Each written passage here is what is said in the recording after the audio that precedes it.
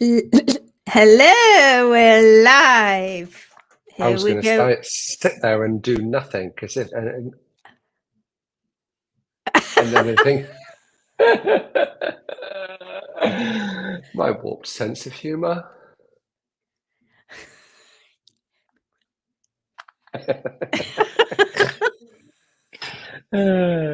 See, we're so early. They haven't caught us. They don't know we're here, and we've been away for a few days now, so they've forgotten about us. Oh, here they come. Here's Angela. Hello, Angela. Wasn't it you that said you couldn't make it tonight because you're watching a live? Or were you just being ironic? I don't know.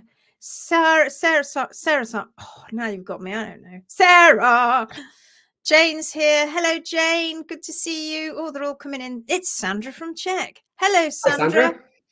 Good to see you. We thought you'd all forgotten about us, you see, because we haven't been around for a little while. It feels like forever, doesn't it? It feels like, ooh, it's so long ago. Yes, but it finished early. Ah, and so you trotted over here. You see, isn't that lovely? Was it about horses? Were you on a live all about horses? Susan's here. Hello. I just want to send a big shout out for my amazing trimmer. Ooh, she came, she saw the long toes, she listened, she saw the amazing light and swinging stride, not a pottery little totter, and said, okay, I will give it a go alongside you. So pleased. Thanks to Phoenix. I had the confidence to propose this and to justify why. Thank you. Oh, yes. Yes. Awesome. We should have some kind of rattle or something. Oh, hold fire. Get rid of Susan's message a minute. Okay. Oh, he's going to get something, Susan. He's going to go and get. That's brilliant news. I am so pleased for you. Here he comes. Here he comes. My wife annoys me with this every day. Phoenix Warrior of the Day. Susan Garvin. Phoenix Warrior of the Day. You got to keep that now. We get that out. Phoenix Warrior of the Day. Rachel won't let me keep it. She's attached to it. As soon as I annoy her, she just goes. That's brilliant news, Susan. Awesome. Well done. Monica's here. Hello, Monica. Terry. Ooh, Terry's here. That's that lovely spotty horse. Look, love that horse. Angela says, yes, plugging for her new course. Who? What?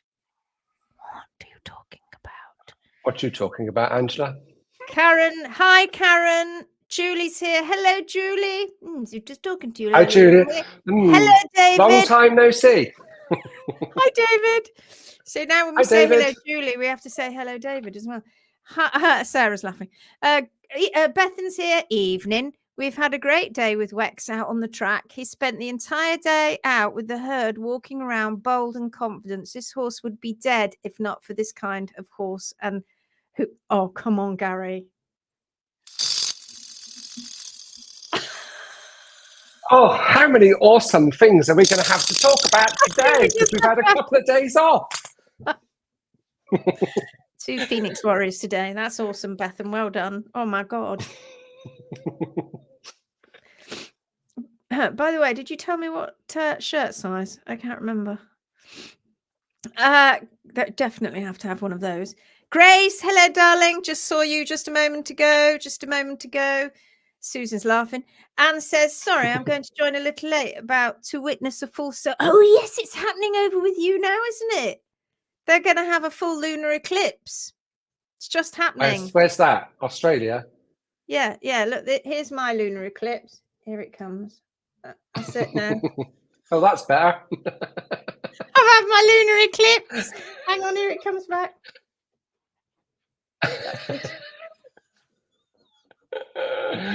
There you go. Blink and you miss it. There was the eclipse. That's it. I love her too. I'm not surprised. She's an absolute doll. I love her. Jenny Adams live tonight was for a new course she's doing. Keep up. Isn't Jenny Adams the body lady that we interviewed? I'm sure it was. I recognise the name. I'm sure it's Jenny Adams that we interviewed. I'm sure it is. Is that right, Angela? Joining a little late. Oh yes, full solar eclipse. Yes, we've got that. And I think that we had one here I made my kids do one of those like pinhole things. I remember that was great fun. Hi, Poppy. Good to see you. Hi, Poppy. Might be another client coming your way, or Ruth's, depending on who's closer. Therese, hello from Sweden. Hi, Charlotte's Therese. here. Dr. Scott, hope you enjoyed your live with the Phoenix Warriors. What oh, yes. Oh, that was the Sorry. the Zoom that we did on Saturday. God, that feels like forever ago. Yeah, it was really good. Very popular. It was really good. It was a bit Very like popular. Alcoholics Anonymous. Yeah. Flopsy, get out of the way. Oh, sorry, that's my cat's eclipse of the tail. It was really great. We didn't really know how it was going to go. But everybody turned up. There were just all these little boxes all over the screen. And some people just came along and listened and nodded, and other people wanted to say stuff. And it was really, really nice. And we're going to plan on running those every 2 weeks. 2 weeks. We think. And we might just run the odd VIP one now and again as well. Alison's here. Hello, Alison. No lunar eclipse here. No, I've just sent you an email back. Nudge, nudge, wink, wink. Nudge, nudge. There's a code. Secret handshake. Secret handshake. Connie's here. Hello, Connie. Angela says yes. It is her then. It's Jenny Adams. Oh yeah, I remember interviewing her. Yeah, nice lady. Maylin. Hello, Maylin. Hello, Libby's here. Hello, Libby. Up all the way. Hi, up Libby. In the. So for all of you who are ever thinking that you might, want to become an HMB pro, think of Libby. Libby lives closer to Norway than she does to the UK, pretty much. Libby is on the Shetland Isles, and she is training to be an HMB pro. Shout out for the windy Shetland Isles. Sarah says, I've been calling everyone and on Cloud 9 today. New start, new life, becoming a pro. Welcome. We would like to formally welcome Sarah after her interview today. She is now joining the HM International School of Horse and Hoof Care. Everybody give a shout out for Sarah. Well done, Sarah. She's in. The girl is in. It's going to be exciting. Angela, hi, tuning in from southern France. Great to see you. Great to see you too, Angela. The Zoom was emotional. I know. We had some tears. We had a few tears. It's nice though. Tears and laughs. And that was only me. Vicky's here. Hello, Vicky. Good to see you. Karen, how rude. I only had one bucket. Oh, so funny seeing you sat there. Thanks. We'll have a look. Great. Do so. There's a code in there. Vanya's here. Hello, Vanya. Hello, Vanya. Libby's laughing. Yeah. Vivian Patterson's here. Hello, Vivian. Do you see I put your lovely picture up?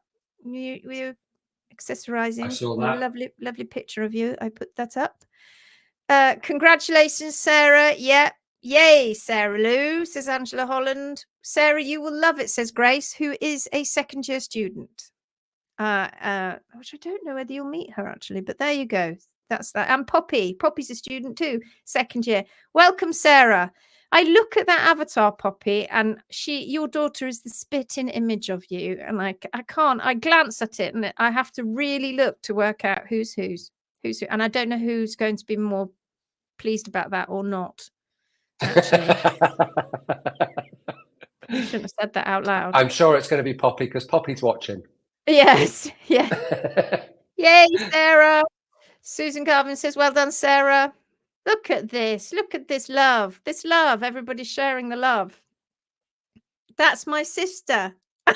That's why then. Is it? Or is it your daughter? I don't know. I'm wondering whether she's pulling our leg now. Becky's here. Hello, Becky. So here we are again. We missed you. But we did have a very nice Saturday. We did. And I'm being stared at. Look at this, right? Stop staring at me. I don't like it. Yeah, Saturday was lovely. Loads of people turned up.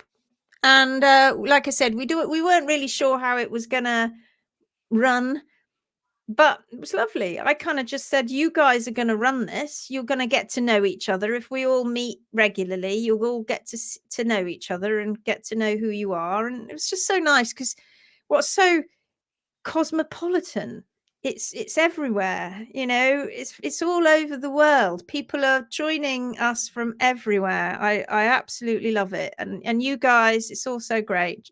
Jeanette's here. Hello, Jeanette. Is it? I don't know. I don't know whether she's pulling her leg. I can't work it out. So, right. But it's a long time ago since last Friday. And I know we were meant to talk about things. Don't remember what it was. So I didn't write it down either. Gary didn't write it down. I'm sure I set a question at some point. Can people please remember? Because we are absolutely hopeless. Arthur. It was Arthur, Gary. We're meant to be talking about arthritis. Oh, yes. It was arthritis, and somebody mentioned ringbone. I remember that somebody mentioned ringbone. Hi, guys. Plenty of midges in Blackpool. Ooh, any advice on sweet itch? Unsure whether to try garlic. Currently on hay-only diet. Now, how long have you been on a hay-only diet? Because skin inflammation or itchy skin, and it's not always the spit of the culicoid fly. Oftentimes, in fact, because that's true sweet itch when they're allergic to that spit of that fly. And you have to have a blood test to confirm that. And oftentimes when the blood test comes back, they're not allergic to it at all. But everybody calls it sweet itch because that's just what people call it, right? So they call it sweet itch, but they find out that actually that's not what the problem is. But the skin is well, I'd like to say it's the largest organ in the body, but in recent times, we're not entirely sure if that's true anymore. But certainly one of them. It is certainly one of them. And Gary and I think we've said this before. If we go to see a client, and let's say I'm called to see this particular horse because it's got bad feet, and I turn up, and sure enough, we've got some pretty shitty feet. And then over there is the mate of the horse, and that horse is covered in, you know, looking like something out of Star Wars, because they've got every covering, including their heads, and these funny little ears that are in these little masks, etc., covered from head to toe. And I will go, oh, so I look at the hooves and go, yeah, easy fix. All we got to do is sort the diet and management out, and we'll be rocking. And then I go, what's going on with that one over there? Oh, well, I get sweet itch. Always like this in the summer. Have to completely cover them up. As soon as the spring starts to come along, we have to cover it up. And they go, I can't, you know, what do we do? And I always say the hooves, that's, as long as we've not got any major changes on the inside with the bones, the hooves, that's the easiest thing to fix. If once you get the diet and management right, organic and dynamic, they just grow on out. They just completely grow on out. The skin, no. Takes ages. It's a nightmare. And that will take anything up to 5 years. But each year, if you keep them on the right system, and you don't just sort of waver and go, I'll just pop them back on a bit more grass. If you keep it going, it gets better. Some get better quicker than others, but we've had a few sweet itch horses over the years. And I remember Sam, my big cob, Shire Cross Sam, who's no longer with us, bless him. Not because I've given him away, because he died, sadly. It was his time. And he came to me covered in you couldn't, when I went to visit him, I was like, what is that thing from out of space in the middle of that field? And he came with various lotions and potions and creams and a huge list. I mean, it must have been 3 or 4 sides of A4 of everything that I had to do to cover him on different creams and different parts of his body. And I remember putting that on. I don't think I ever read it. I don't. If Sam's previous owner is watching, although it was many, many, many, many moons ago, I do apologise, but I don't think I even read it because I was like, won't be bothering with that then. And the diet was changed, and for the first year, he scratched a bit, and he scratched his mane, and he scratched the dock of his tail, and he was a little bit itchy. Each year, and eventually, you would never have known that horse ever had a skin issue, and he was riddled with it. So the moral of that story is, if you have only just gone on to the hay diet, it is going to take a long time. And I have been through every lotion, potion, cream in the book, pretty much, to help it. And the only thing that does is to keep those sugar levels down and to keep that hay going in, to keep that microbiome as diverse as possible. That is what helps sweet itch. It is not really sweet itch. It rarely is. It's actually quite rare for that to be the case. But somebody right here watching is probably going to shoot me down in flames and say that theirs is. I've met or got to know 4 lovely people who live near me recently through this lovely girl. Oh, that's lovely. Oh, that's great, Becky. And I gather you and Grace are going to be going down to the training camp together, Becky. That's going to be awesome. And that your place has got a bar and a pool. So just to let you know, on Sunday night when we turn up, we'll be popping over. Okay, get a bottle of wine on ice. Know what I'm saying? You know what I'm saying? Bad spelling. Yes, me. I miss that one.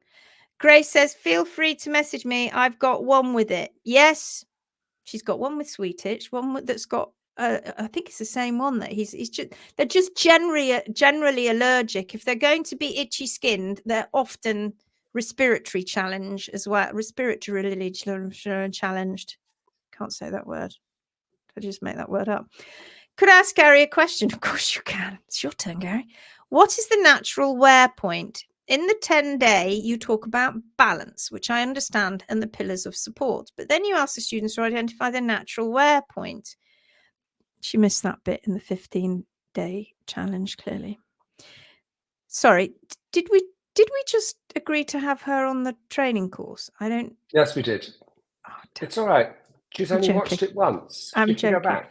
Should we? I'm only joking. I'm teasing. Should we see something else at the toe? And is that part of the balancing? Yes. Yes, what? Well, that's all I was going to answer. Yes. Yes, she can ask me the question. The pillars of support and the active wear point are the same thing. That's the short answer. So most commonly, you have 3 pillars of support. You've got 2 at the heel, which is here, and then 1 at the toe. And that point at the toe and the heels are your active wear points as well. So they're pillars of support, which is what's supporting the foot and everything else that's going up the leg. And they're active wear points as well, because they're the thing that actually hits the ground on a flat surface first. So they're your active wear points too. So it means exactly the same thing, but just in a slightly different context. Yes. And if I'm just trying to see if I can find a photo for you. I've just gone to see Google.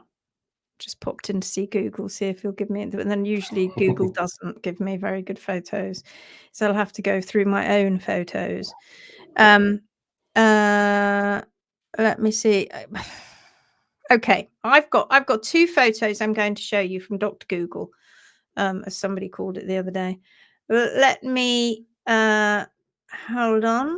Just trying to connect your caller. Let's just get that out of the way. Oh my God, whiteboard gets so. Oh, come back. Right, so that's one picture. Hold on. I'm bringing it in. Copy image. Right, here we have, I know you haven't got it on screen yet, don't worry, it'll be there any moment now. Boom. Right. 2 instant photos I was able to grab off Google. Right. Present, share screen. Boom. Can you see this? Yes.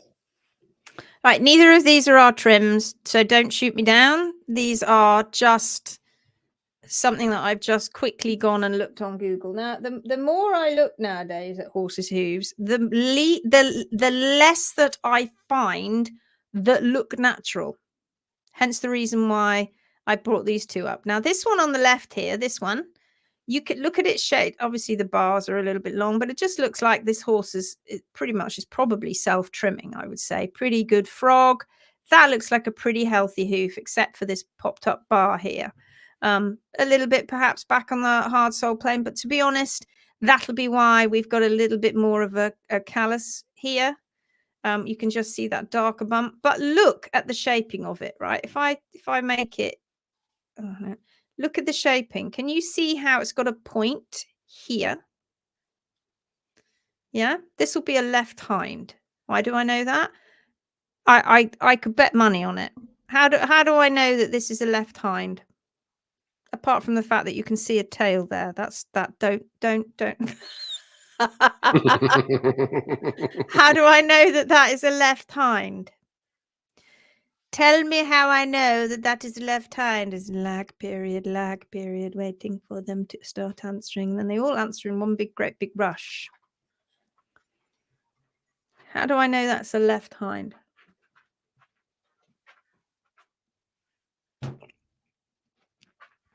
Nobody's going to answer. Is it taking you ages to type? How do I know it's a left hind? Or people are looking at it going, I don't know. Ah. Well, Angela says no idea. Oh, no, that's interesting. Oh, okay, good. Right. No idea. Not good. I mean, you know, hey ho. Larger surface area to the outside. Don't think. No. Yes. Yes. Cottoned on. Yes. Lateral dorsal wall. Can't see the dorsal wall because that's on the outside. Yeah. Straighter medial wall. Isn't that interesting? Nobody has spotted it. Right hand side shows less wear. It does. It does in the quarter, I would say, potentially. But there's a really obvious reason, the obvious way that I know that it isn't that, though. But that is a good point. Yeah, but it isn't that. Flare on the outer side. It's not that I was laughing. It was flare on the outer side. Yes, it was that one. The hand that was holding there. Yeah, hand holding the hoof. That's funny. You're funny. You're all funny. You can see the other leg. Yes, and the tail. Yeah. Narrower hoof. Yes, so that's the very first thing that I can tell that it's a left hind, because it looks to me like a narrower, pointier hoof.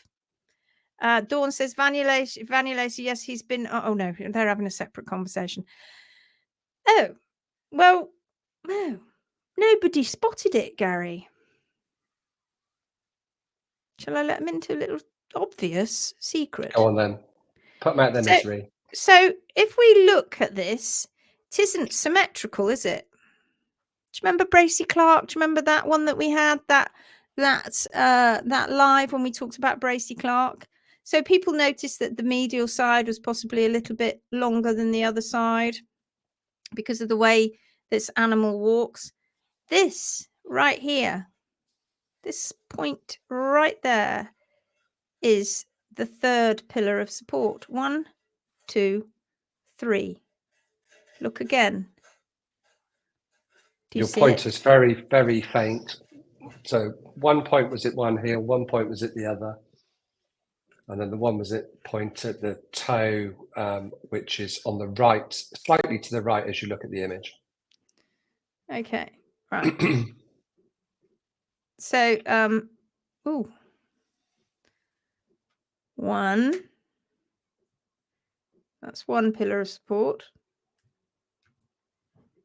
2. Spin you around, baby. 3. Now, it's not to do with the bars. That's more to do with the way that he moves. Bum, bum. You ever seen horses when they move with their hind feet? Bum, bum. Doop, doop. So that would be, they push out. They often push like that. That's why that outside lateral edge doesn't look quite as, it looks more, and people will look at that foot, by the way, from the top and think, and this is a common mistake, they think that the horse is leaning like this. And when they pick the foot up, they're like, oh my God, that is overwearing. It's overwearing. It's not. It's just underwearing on the inside. Always half, if it's the glass half full or half empty. It isn't underwearing. It isn't overwearing on the lateral side. It's underwearing on the medial side. All right. Oh no, that's a separate conversation. Wall looks higher on one side. Yeah. Triangle of support point. Got it, Jeanette. She was there before I said it. Yeah. Yes. Now you've pointed it out. Can you see it? Move like a speed skater. Yes. Yes, that's it. But I don't know why I made that noise. I'm sorry. Sorry, I realize that's a bit embarrassing. Yes, that is what they're doing. Can you see that? That is incredibly important for this animal. Let's put us down there. Look, we're at the bottom now, so make it nice and big. That's incredibly important for this animal. Why? Because it's his pillar of support. That means that it is always there. It never goes away. You can see that this part here isn't needed for support, but it's still all in play. This is passive. Everything that is not around those red arrows is passive. So that is its pillar of support, right? Very, very, very important natural wear pattern for a horse. And I would implore all of you, when you pick up your horse's feet, whether you're going to trim them or not, but before the trim, before your horse gets trimmed, pick up the foot, look at its natural wear patterns. When we do our 3-day workshops, we always tell people to, well, after they've got over the rabbit in the headlights with the first cadaver leg, when we get onto the second cadaver leg, we're like, now look at it and see if you can see its natural wear points. All right. Took me a while to answer because I'm directionally dyslexic. Yeah. That's all right. You got it though. So is that what you balance to? Not directly in the middle? Well, yes, but that would become obvious as you looked down to the balance point. It isn't that it's not, it isn't that it's higher, Sarah. That pillar of support is not higher, like sticking up. It's all at the same level. It's just that he doesn't lean on the other side. He leans on those 3 pillars. And that is what is incredibly important. So when you balance, you're just balancing to the toe, to the bits of wall that you see, and that will invariably be the pillar of support. But not if you have a horse that is not naturally wearing their feet. Let's take a look at this one. Where is the pillar of support in this front foot? This is a, judging by the fact that I think I can see a hoof there, I think this is a left 4. Where is the pillar of support? And this has had one bar taken off and the other one left. Again, not our pictures. Where is the pillar of support on this picture here? Perfect, thanks. I couldn't figure out what I missed. It's good. It was a good question, actually. Where's the pillar of support? Where's the active wear pattern on that one? Ah, you can't tell because it's been trimmed off. Correct. Correct. And I'm going to find you some other pictures of that as well. Sort by name. What's what we saying? To the left slightly, says Grace. Don't think you can tell. And if it's a front left, it's probably going to be medial, except if you've got a horse where the feet are outside, go out like that. Yeah, it's been trimmed. I can't see the hoof wall at the toe. So is a toe callus. There is. And that's a problem, guys. It is a problem to all those people out there that they think it's a groovy-doovy thing to do, to take the toes off their horse's feet, have never, ever contemplated the impact. I'm sorry, I'm looking at the side of my head. I'm just trying to find another picture. They've never contemplated the impact of removing that horse's pillar of support, right? It's incredibly important to a horse. So when they say we're going to relieve the toe by removing the toe wall 10 to 2, because that's at a 10 to 2 toe removal pretty much, then what you're doing is you are removing that horse's natural pillar of support, and it is vital to the horse. I can't, God, I just had a picture here as well and I can't find it. Where the hell? Come on, guys. Oh. Yeah, no, is that the right one? Yeah, that's the right one. Let me just stick this one on here. So here's another one.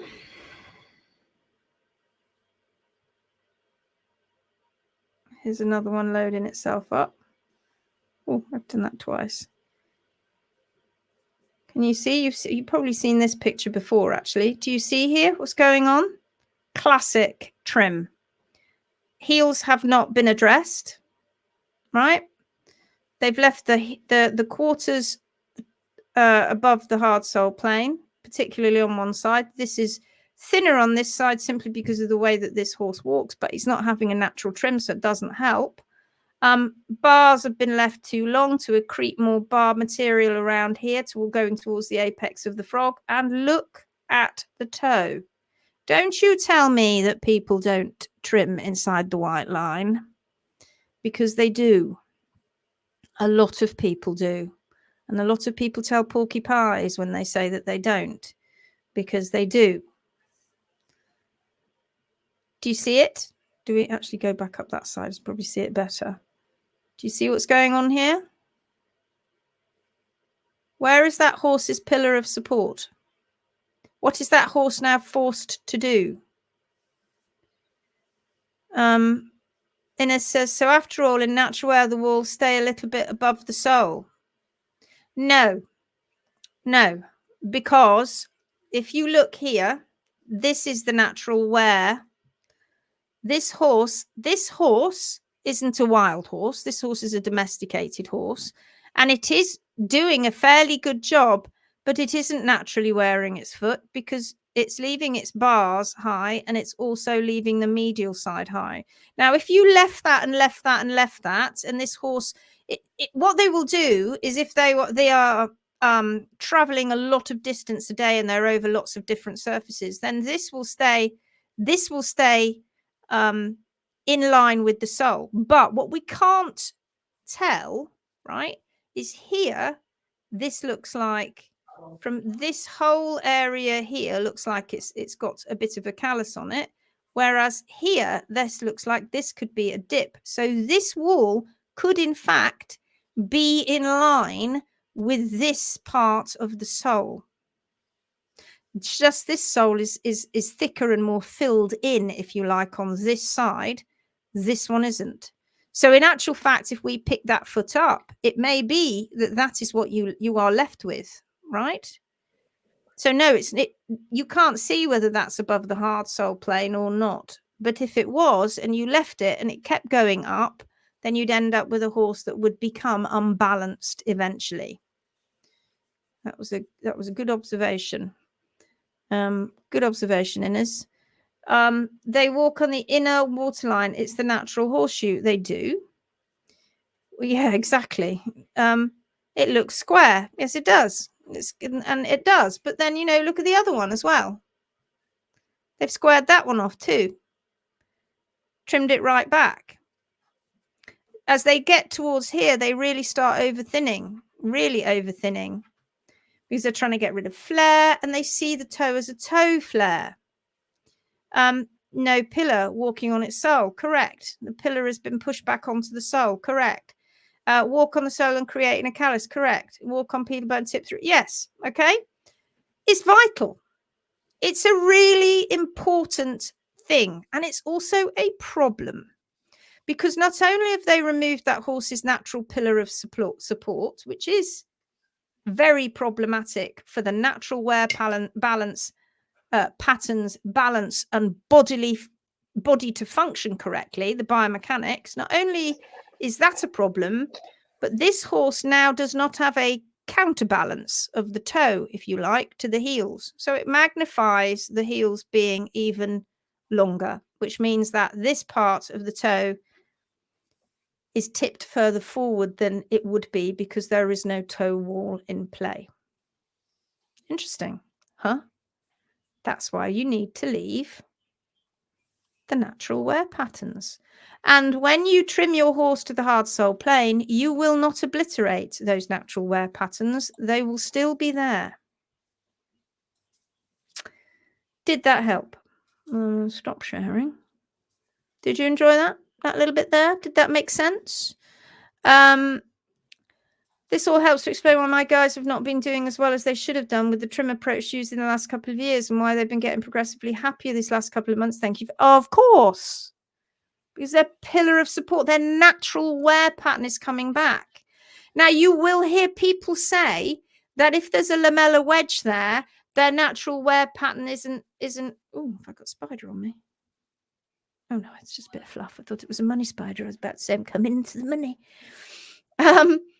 They'll say that there's no natural pillar of support there, and that in fact the pillar of support is back. Well, it isn't. It's not back on the sole, and it is still. They will still pattern their feet. They will still create a pattern in their feet, even though you have a lamella wedge there. And of course, we need it there for feedback. So that would be crazy to take it away, wouldn't it? So depressingly familiar, isn't it? Yes. Thank you. Good info. Brilliant. What was I thinking I was going to show you then? I can't remember. Anyway, there you go. Arthritis. Should we just go and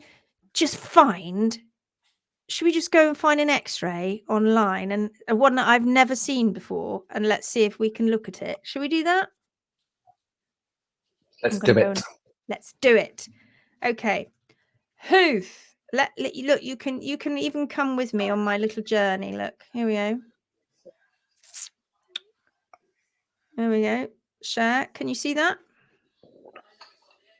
Should we do it together? Should we do it together? Oh, hello. Oh God, I can't remember what. Where am I? Help. There. Okay. All right. Ringbone X-ray. You can see what I've been looking up, can't you? All right. So, which one should we choose? Which one should we choose? Blum blum blum blum blum blum blum. Diddly diddly dee. Oh, that one's very excessive. We won't choose that one. We will choose. Let's just have a look at this one a minute. So, can everybody see this? So yeah. This is very extensive ringbone. But what ringbone? Don't give it away, Gary. What ringbone is that? And that's pretty nasty. Also, look at the shape of the foot and the shape of P3, and its position in the capsule might give you an indication why this horse has been suffering from. That's incredibly loud, Gary. Oh, me scratching. Sorry, I got fleas. Grace, is that an NPA? It's said in that way. It's getting there. I think it's actually probably completely flat and ground parallel. Yeah, I think it's ground parallel too. But it's certainly broken back, what we would term as broken back.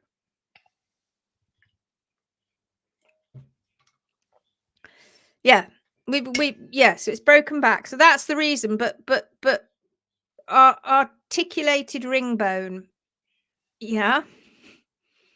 Where? Okay, Vanya says lower. What ring bone is it? It is an osteoarthritis. Oh, I'll come back to you, Vivian, on that. I will definitely come back to you on that. Vanya, choose one. You're just edging your bets. You can't sit on the fence. As it happens to say, I have to say to you, potentially there is one of the other as well. Low ring bone, curved P3 tip. Yes. Not low, though. Not low ring bone. Well, if I blow it up and have a really good look, probably. Pattern ring bone. Pattern ring bone? P2, yes. Oh, you meant Paston, not pattern. Paston, yes. Between P3 and P2. Okay, high ring bone, yes. So actually, Alison and I can't remember who else said low, Vanya. There potentially is. Let me just go and have a look here. So let's just blow this up. In this area here, there is something going on. And this has got so extensive, look. It has actually traveled all the way pretty much down. This is really extensive stuff. So this is what we call high ring bone. So this is Paston joint arthritis. And what's this blob here? There's a very radioluminescent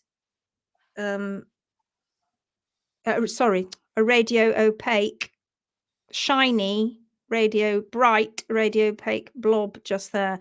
And look how much this has extended up the long Paston or P1.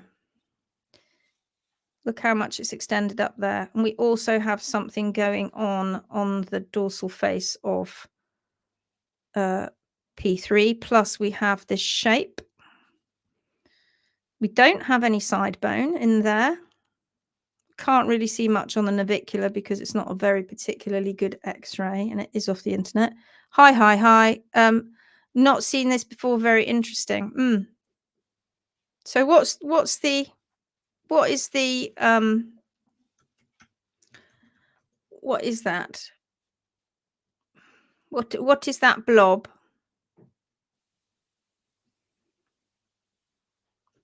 What is that? OCD says Angela, more dissecans, osteochondrosis dissecans. More, well, it is to do with the cartilage. It is to do with joint arthritis. It is. But what is the looks like bone chips? It does. What it looks like when it's in formation like this is it looks like clouds. It looks like it's like smoke. I always think it starts to look like smoke when it starts to be. It looks like it's, but that's hard. What you see there is hard. That's not, it isn't soft and smoky. It looks it, but it isn't. It's hard. No, actually, it's not the cartilage that's calcified there. It's something else. Something has calcified, but it wasn't the cartilage. Bony growths, indeed. Broken off bit of bone. No. What has calcified? What bit of a bit of something has calcified on this one here? Ossified? No. What has happened there? What runs down the front of the leg? There isn't an awful lot that runs down the front of the leg, but there's one opposing something to the DDFT. What is it? Which one? Which one? Yes, Becky. That is a calcified part of the extensor tendon. Right there. Extensor tendon sits on here. So actually right here, where this little wisp is where the extensor tendon attaches to. And you can see that it's been under tremendous strain, and it's what's happening here is it's starting to calcify here. It runs up here, up the front of the leg, and it has calcium. Imagine that poor horse. It's not going to be able to walk very well. Why was that caused? Incorrect hoof care. Incorrect hoof care. Right, should we choose another one? Let's just whisk through. Here's a DP of a similar thing that's going on. You can see how these, how the narrowing of the gap because of this terrible mediolateral imbalance, and the horse is then starting to put out high ring bone. Why is it doing this, by the way? Why is it ossifying itself in these areas? What is it doing? Why is it doing that? That must be very painful. Oh yeah.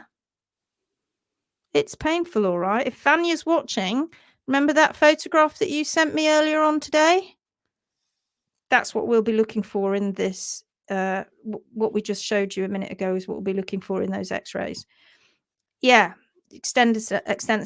It is so odd to look at these. In humans, the joint lines would look awful with arthritis, but these joint lines are completely smooth. It's funny, isn't it? But it's all around where the ligaments attach.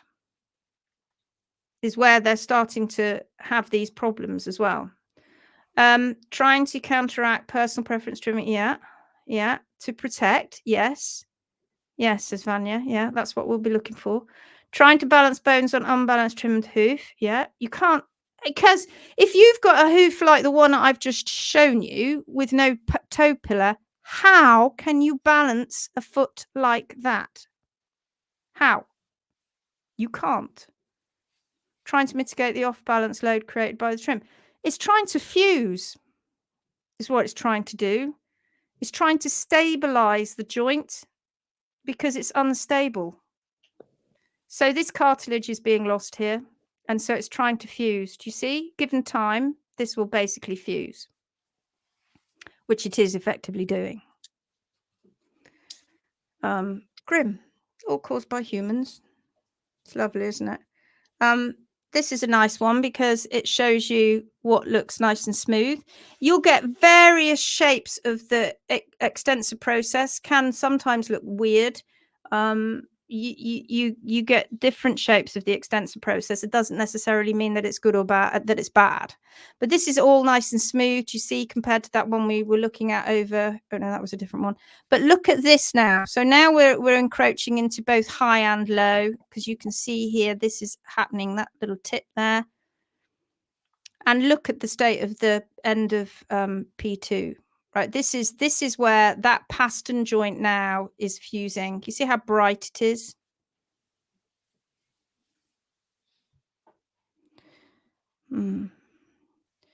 Let's go for one more. Let's see if we can find one more. So this is just beginning. Oh, hello. Come back. Can you see this one's beginning? Just wispy bits. High ring bone starting here. Now you can see that here's the coronary band. So when this gets extensive, you will get a big lump here. And you'll see it when it gets very bad. You'll get a big lump. Vanya again. Oh, here we go. Here's a picture. Just so happen to have one here, folks. Look at this. There it is. There's this big lump. Do you see? This is high ring bone. So this is what we will be looking for in that X-ray, Vanya. And there's nothing you can do about it. Look how high these heels are. Look how much this toe will have been chopped off. Do you see here how it's fusing this whole area here? This is the pastern joint. It's also got some side bone, a little bit of. Okay, so this is the pastern joint. That is arthritis. Can I see any more? Here's another one where you've got the extensor tendon having issues. It becomes a very obvious sign. So this is more low ring bone. Now you can see this is the low, as opposed what we've been looking at is this high ring bone up here. Now we're looking at low ring bone down here, and you can see how this is completely. This is a bit of the extensor tendon. You completely cannot see anymore the extensor process. That has completely disappeared. And we've already started to get it's creeping up. We're getting high ring bone, and you can start to see it's already forming that lumpy area. Here's another one that's fused up here. Yeah, but you can see that this joint is fairly clean, but not up here. Yeah, here we go. So that is high ring bone. You can see down here where the extensor process is, it's not encroached down here. This is not low ring bone, this is high ring bone. Can you see what it's done? This is what looks cloudy. But you've got palmar processes are suffering a bit here as well. Crazy, isn't it? You see how it's trying to fuse that joint? Mad. Weird what the body does. There you go. Good old bit of Dr. Google. I can't stop saying that now. Who was it that said that? Oh, I know who said that yesterday. Guess what I was doing yesterday? And Gary. What were we doing yesterday? You can't remember. I've forgotten already. Who were we having a heated discussion with? Oh, yes. That was very interesting. We won't say the name, but we were having a vet. An equine vet. Spanish, we think. Certainly not English, but Spanish or French, who has a lot to do with the Olympic team. And we were having very heated discussion. Well, it wasn't heated on our side, I have to say, but it was on the other side. And we were sending x-rays to this vet, not to do with arthritis, to do with rotation, asking her to comment. And, well, she just kept repeating, it's metabolic, rotation is metabolic.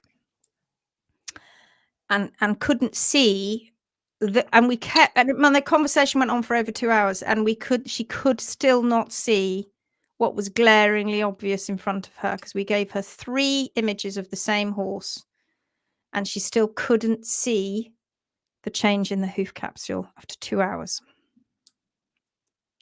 And in the end, she got very frustrated with us because we wouldn't give her the answer. And then when we kind of pointed towards it, she was like, "Oh, no, I don't believe that." But yet she couldn't see what was right there. But the conversation started because she was saying we were basically nobodies, sadly, and we kind of proved that point wrong. Right.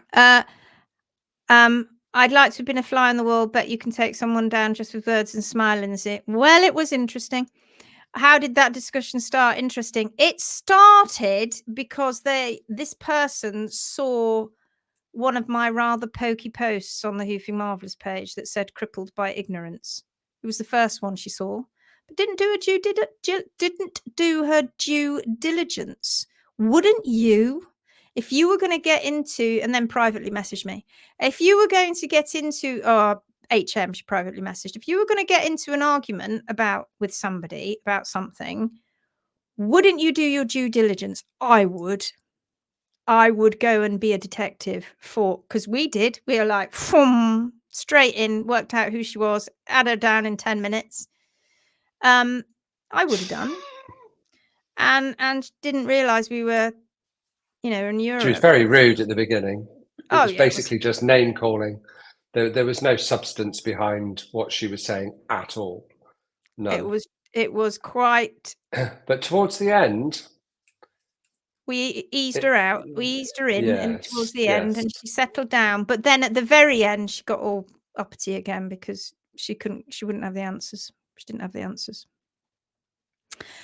Once the joint is fused, is it still painful? With the front legs, in the pastern joint, yes. It isn't. While it's active, it is very painful. But what we find is that it doesn't just end there, because other things are happening in the hoof capsule. However, if you've got arthritis in the hock, for instance, in the tarsal bones, and they begin, because there's not a lot of movement in the tarsal bones. Unfortunately, at the end of the limb, it doesn't matter how much it tries to fuse that pastern joint, there's still mobility in the limb, obviously, because of the length of those bones, etc. Whereas if you're in the hock joint and you've got the tarsal bones, there's very limited movement because they're flat. So when they fuse, it doesn't give any more pain anymore. Very common in cobs, when they're ridden in false collection a lot. Yeah. If you can't remember, you must have been drinking. Oh, thank you. Probably. Oh my goodness. Yes. How did that oh yes. Love this, but my poor little brain cell is working really hard with translating. Oh, I'm sorry. I'll try and speak in Swedish. Should I speak in Swedish? I don't know if that's how they speak in Sweden. We'd have to have Caroline for that, wouldn't we? Caroline here, and she'd be stuck record. Who, me? Rude. I think the vets are really stuck in their thinking. Oh my God. I swear, if I showed you, your eyes would pop out on stalks with some of the things that she was saying to us. It wasn't very professional, let's put it that way. Well done, HM. Start them thinking, oh yeah, we were there for 2 hours when I should have been doing other things. I wasted my time on it, really. But it wasn't a waste of time, I suppose. But we thought we were getting somewhere, but she couldn't see it. You know, I kept saying, look at the x-rays, tell me what you see. And it was a case of, do you want to see the x-rays that I showed her? Should we see what you think? I think I've given it away already, though. Do you want to see the x-rays that I showed her? Go for it. Right, okay. I'll show you the x-rays that I showed her. Let me just get rid of that. Oh, God. What happens if she watches this, Gary? I feel sad. Don't want to be rude. Not being rude, though, are we? Okay. So I showed her this. Let's just take that away. Many of you will have seen oh, excuse me, seen these x-rays before. Now, top tip, if you went onto our HM page, you will have also seen them. But try not to go onto the HM. If you haven't seen that post, she hadn't seen this post. This post is also on the HM page, but she hadn't done it because she hadn't done her due diligence. So if I'm telling you it's on there now, but don't go look now. Go look in a bit when we've talked about it. But what is going on here? We showed her these 3 x-rays and we said, oh, I don't know whether that's the right one. Explain what you see.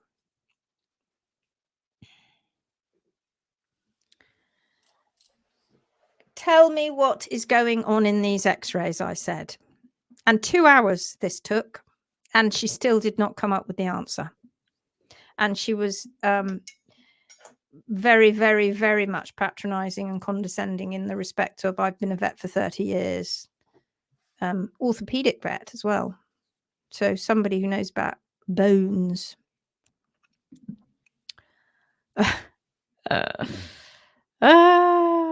Vanya privately sent her this live to remind her.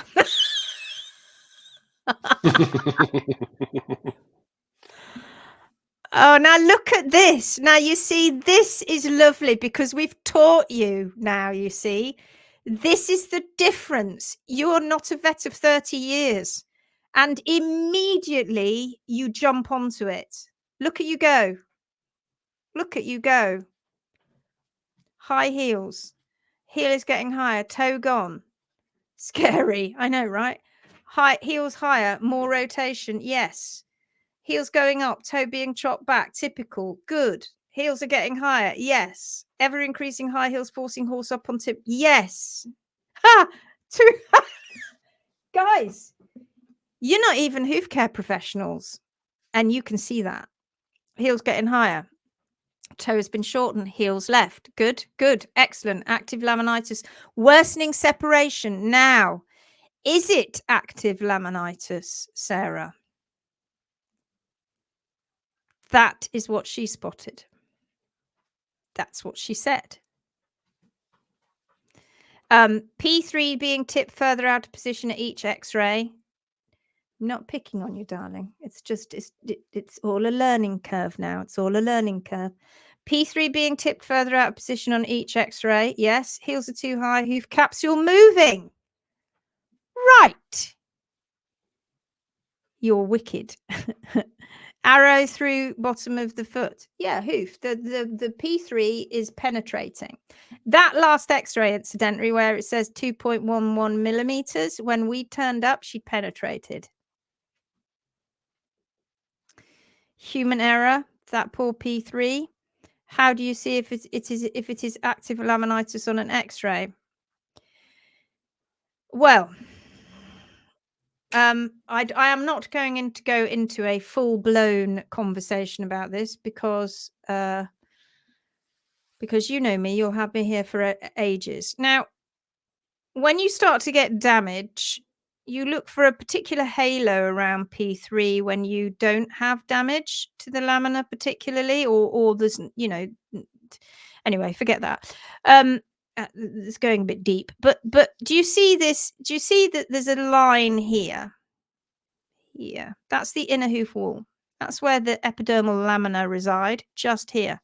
And then we see this line, this gap getting wider and wider, right? But just here's the coronary band, this little mark here. Here, this is the coronary band here. But you notice when it was in its original state, which was a little bit separated, heels were a little bit too high, but it had a toe pillar in place. Do you see this? That wasn't a particularly brilliantly trimmed foot, but it wasn't bad. It wasn't bad at all, really. Well, I mean, it wasn't bad. When you compare it to the other two, it was great, but it wasn't balanced to the natural foot because P3 was a little bit too high. But there's all sorts of things to notice in this x-ray, and she didn't spot any of them. All she kept saying was P3 is rotating through the capsule because it's lost its connection to the lamina, which is the party line that they've all been taught. But you can see certain things, such as let me show you this. Look, because this is what's actually on the page, and it'll give you a better clue. All right, so just let's look at these top ones, right? So here we have the coronary band. It's not moved. So this red line here goes just above the extensor process. So because she said P3 was sinking in the capsule, it isn't. There's no sinking going on here. Everything is in relation to where it should be. But what is changing? Take a look at the distance between this purple line and this curvature here. Look at the change in each one. Can you see? Look at the change of this here. If you can see it. Here, getting less. hardly there. Right? Pete, the bones are not moving, but the soft tissues are. Why?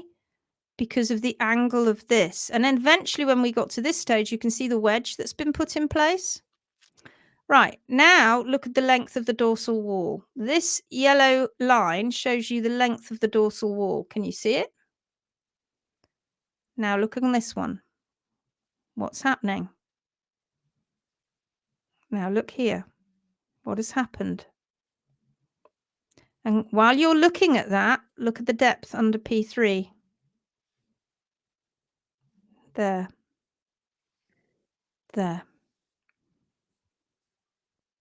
So as much as the heels are in fact going up and they've wedged it here and the back of the foot is getting more and more squished, look at the distance between the palmar process here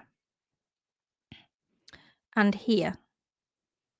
Now look here and now look here. Do you see it? This is wide, getting smaller, smaller again. There's a digital cushion in there and a DDFT, which you can just see faintly there. There's also an extensor tendon that you know about running and attaching to itself here.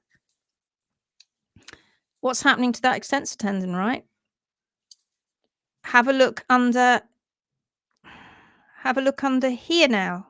Now there's a great big gap here now. There was foot there before. There isn't now. And look again, even more so. So what is happening in these images? How do you see if it's that? Oh yeah, we didn't answer that one. Bad hoof care, yeah. Nearly 20 years ago, I had a vet tell me my laminitic horse was not moving because she had a neurologic form of herpes and that I had to either keep her isolated from all the others or euthanize her. I had an amazing farrier who did an amazing job bringing her back. It was a nightmare that involved other horses. Not sure how many were put to sleep. Gosh. Horrid. Is that why you are swelling? Is that why the swelling at front of hoof when the toe is chopped? I forget what it's called. Oh, bullnosing. No, this isn't bullnosing yet. Well, it isn't because bullnosing tends to really happen on hind feet. Doesn't tend to happen on the front feet. But it is a good point, Sarah, because there are so many things to pick up in this X-ray. Didn't pick up one of them. Only bit she picked up was P3 rotating. Right? What else should we pick up in this? Look at the dorsal wall of P3. Right? Now look at it here. Watch it begin to change. Now look at it here. Do you see? Do you see it changing? Now, we do have, you know, I fought like tooth and nail to get these 3 X-rays. We had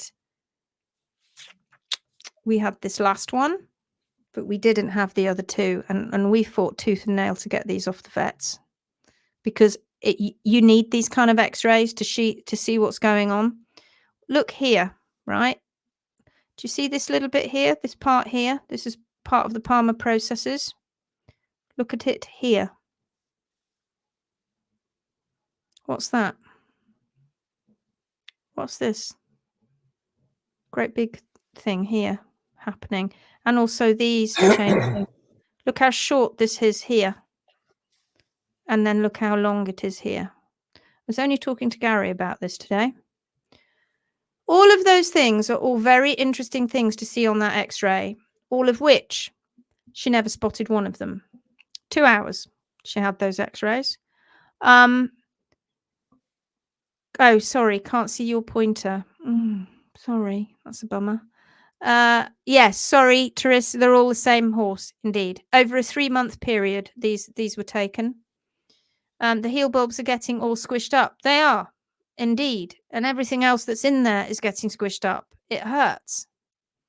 Heels are contracting and going up. Angela, yes, that is what that is. It's side bone. Yes. So here's an interesting conundrum, right? That's side bone. But this horse from image 1 was stuck in a stable, not moving. Yet she got side bone.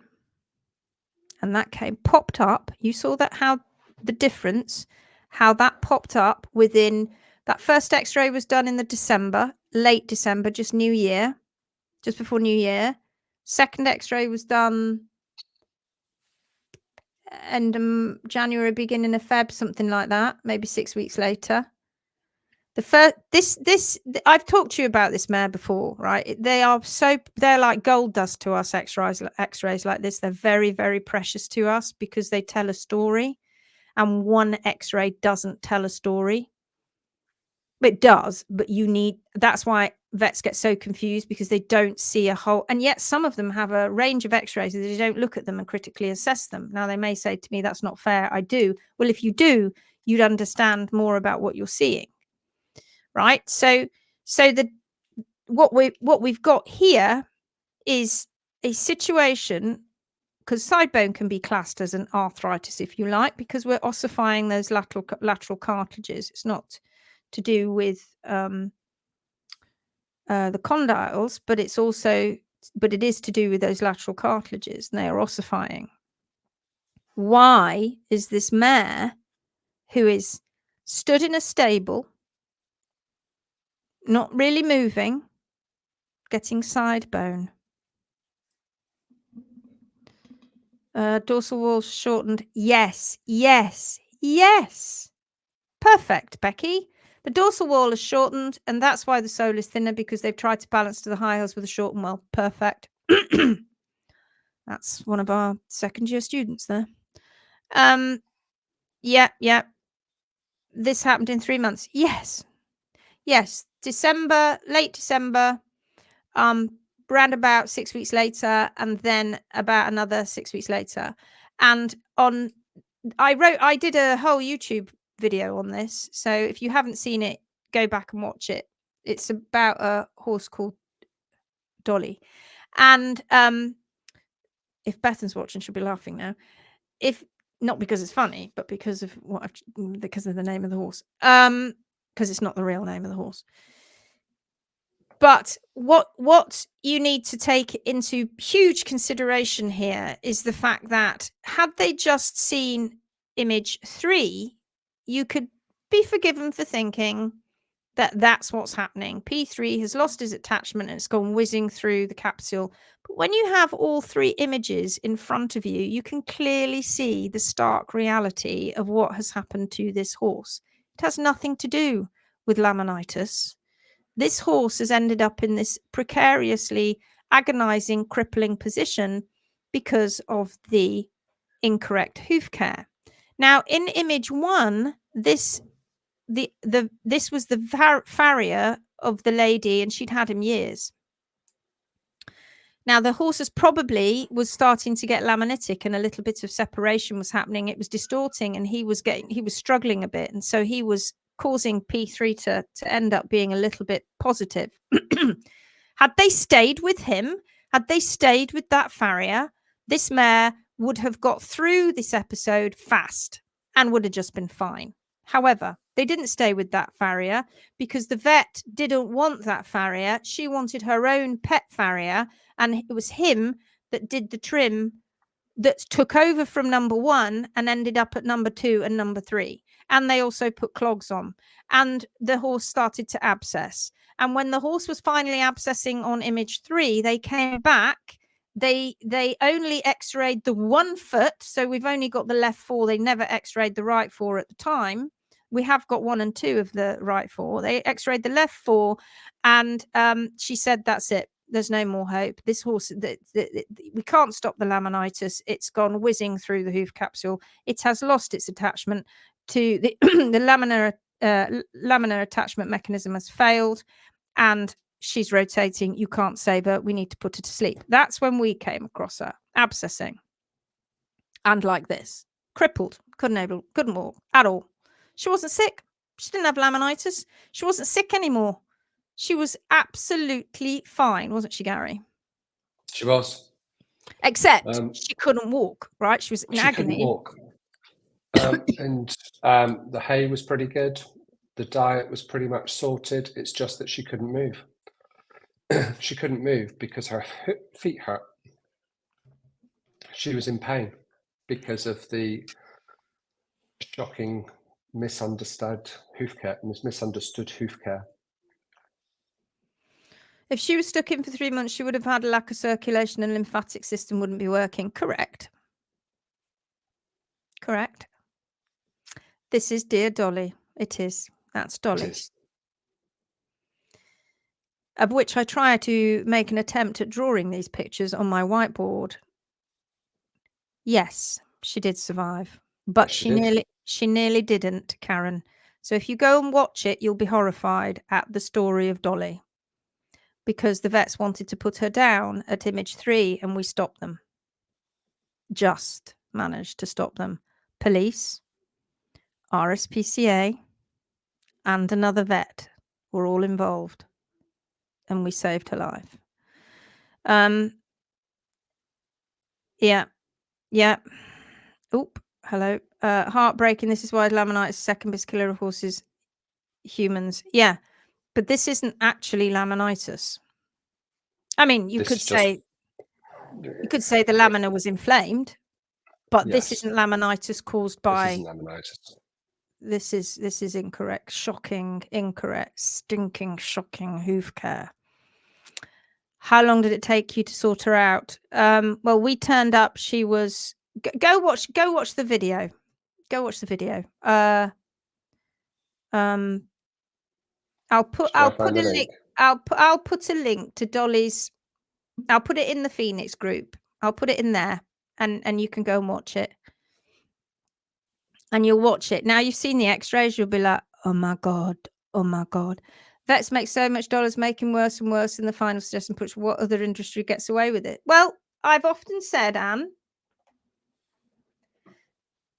and I know this sounds rude. I don't mean it to be really, but thank God they don't fly planes.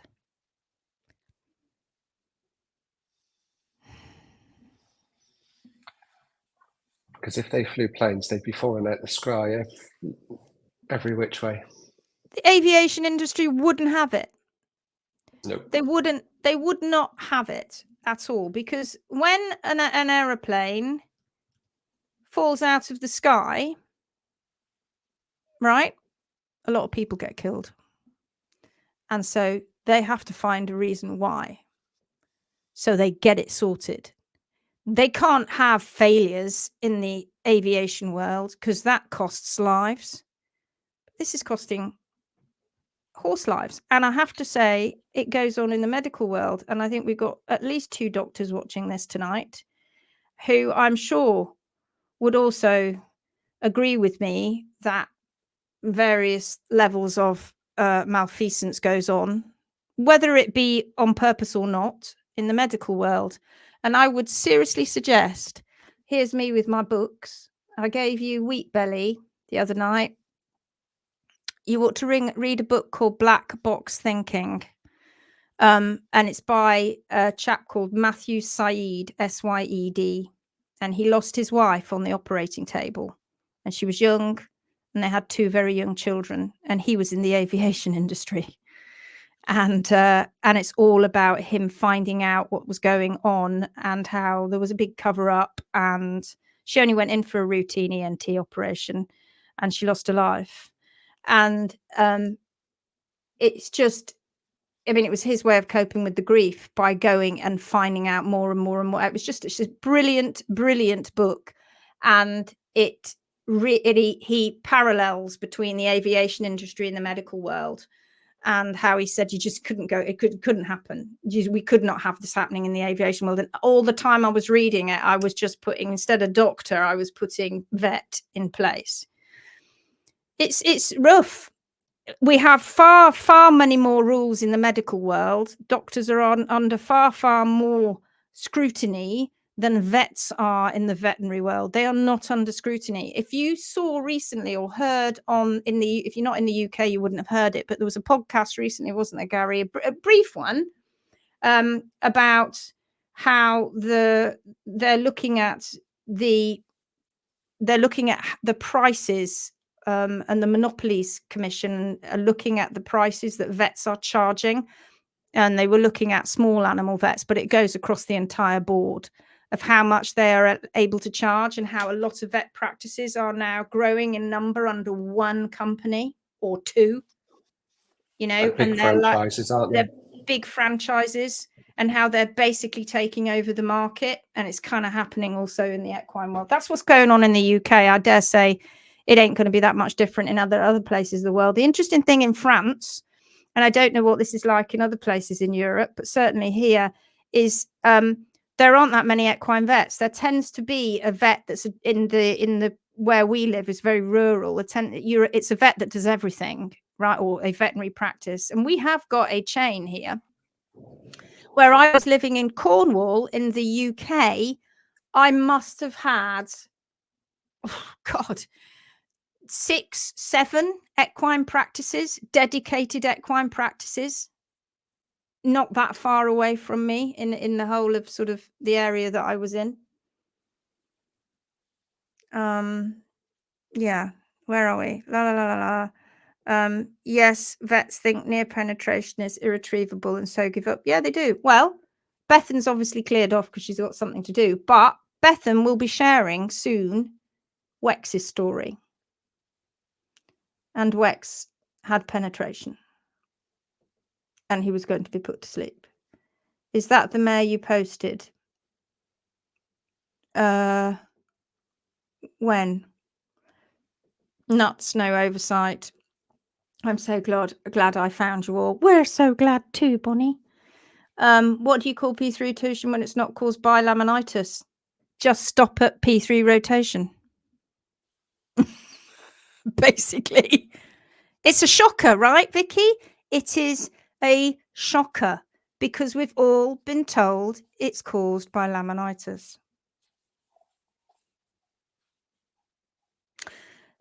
You may occasionally see a lady called Renee Tucker. She's not with us tonight. She occasionally joins us, but she's a vet of 30 years in California.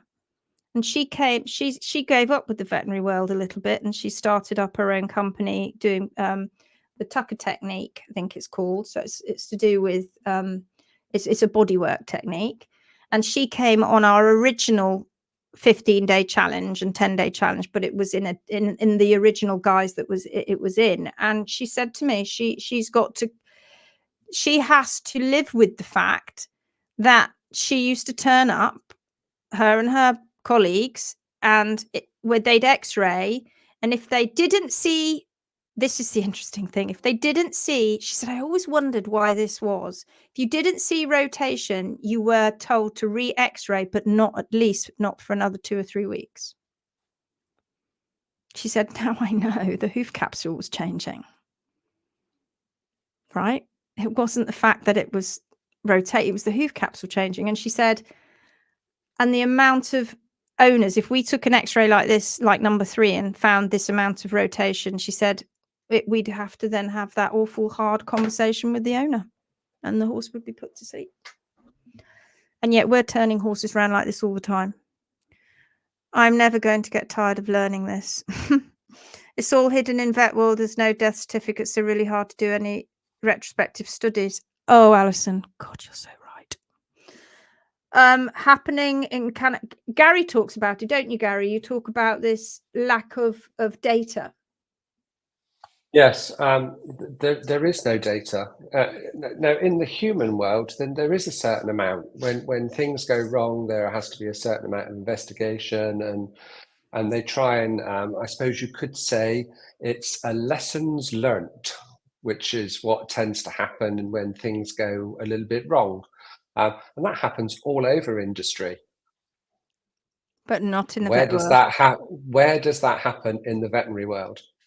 Why couldn't Where is the Royal Veterinary College and all of their vets?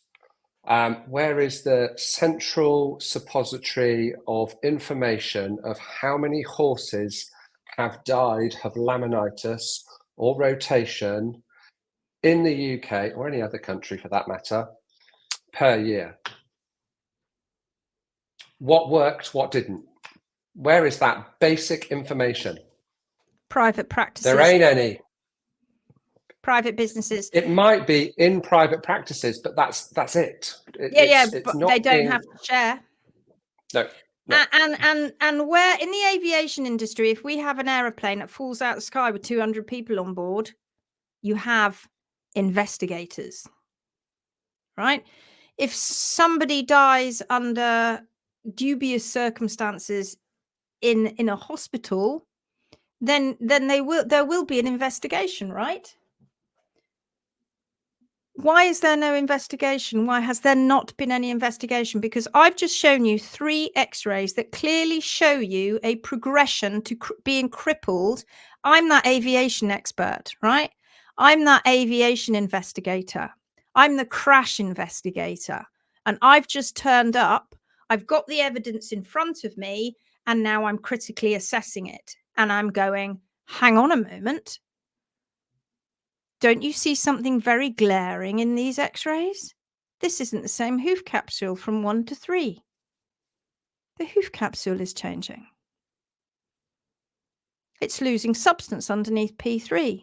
It's losing its toe. The dorsal wall is shortening. The heels are changing. The back of the foot is getting compressed. There's bone formation and deformation happening in the capsule.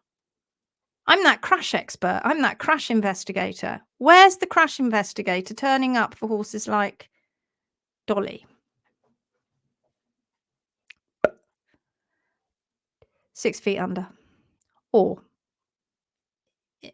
not. We know what happens to these animals, don't we? It's not 6 feet under. It happens all over the world. It's happening everywhere. Most have gone corporate now. Yeah, that was what the big issue was. This podcast was out. Dental world is becoming run by monopolies too. Right? Yeah. Yes, it's grey wee pretty mare I posted. Yes, it's the grey. Oh, yes. Oh, you two are talking. Yeah. Oh, that was lovely, Joe. That was lovely. With governments pushing privatization, then this will all get worse in the medical profession. You cannot make a profit out of good quality healthcare. The only profit should be a healthy human and decent staff salaries. I guess it is the same in the veterinary world. Mm-hmm. Yeah. Right. That's why the insurance companies need to pressurize the veterinary world. Oh, well, that's a whole new thing, and that's happening. Alison says, Renee Tucker is a really interesting vet who challenges traditional vet approaches to all sorts of issues. Well worth listening to. Great stuff and suspense. Yeah, she's lovely. Lovely lady. Lovely, lovely lady. And she will shout our name from the treetops. You go talk to her about HM. She'll be like, oh God. He does mean that, bless him. A bit dyslexia, sorry. He can't spell. And yes, in the human healthcare here, they're all terrified of being sued. Now, here's an interesting one. You guys are all learning this now. I put those x-rays up and you all jumped on it. You didn't look at P3. You kind of glazed over it, but you looked at the hoof capsule. That was your main thing that you looked at. What happens if somebody one day goes, who is able, a lawyer, for instance, who goes, whose daughter's pony has just lost its life. And then he reads something like it could be she, reads something like that and then goes, hang on a minute. That was malfeasance. What are we going to do about that then? I think we better start looking into this. I swear, I tell you, it's coming. It's coming. You know how much horses mean to you. How would you feel if this was you right now and that was your horse? And how many people have got on the Phoenix group and told us that they've lost their horses' lives because P3's been like this?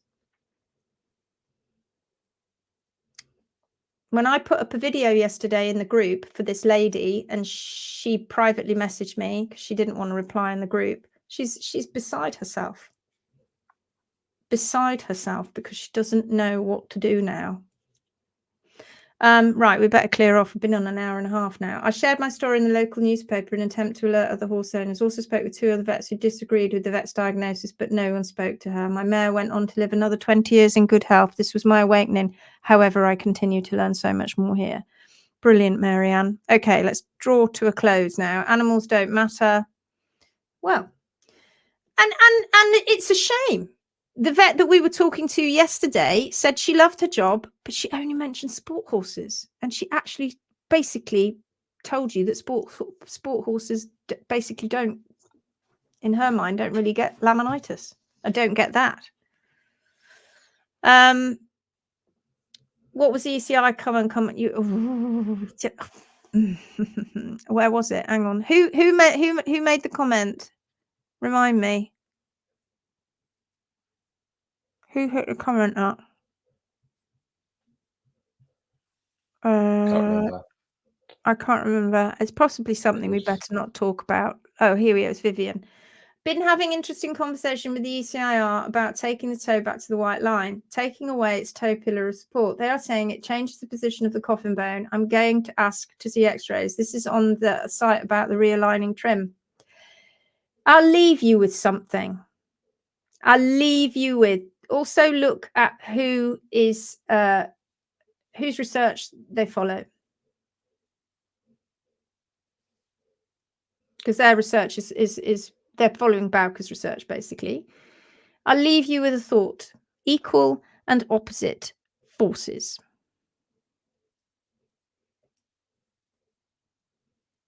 Equal and opposite forces. If you take away the toe pillar, but you leave the heel pillars, what might happen? And we see it every day. I'll leave you on that. Thank you for joining us this evening, folks. Wasn't that interesting? I hope you enjoyed it. See you tomorrow. I could talk like this for hours. You know that, don't you? Don't get me going. I could just be at it for hours.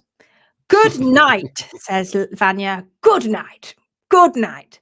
See you all. See you all. Alison, somebody will tell you what it is. I'm not going to say it out loud. It's it's a page on Facebook. Just look it up. You'll find it. Thank you. Thank you. Thank you. Thank you. Thank you. Lovely, lovely. Yeah. Yeah. Thanks. Hi, Uta. Hello and thank you. Lovely. Celia. Thanks, folks. We'll see you tomorrow. Bye-bye. See you then. Bye.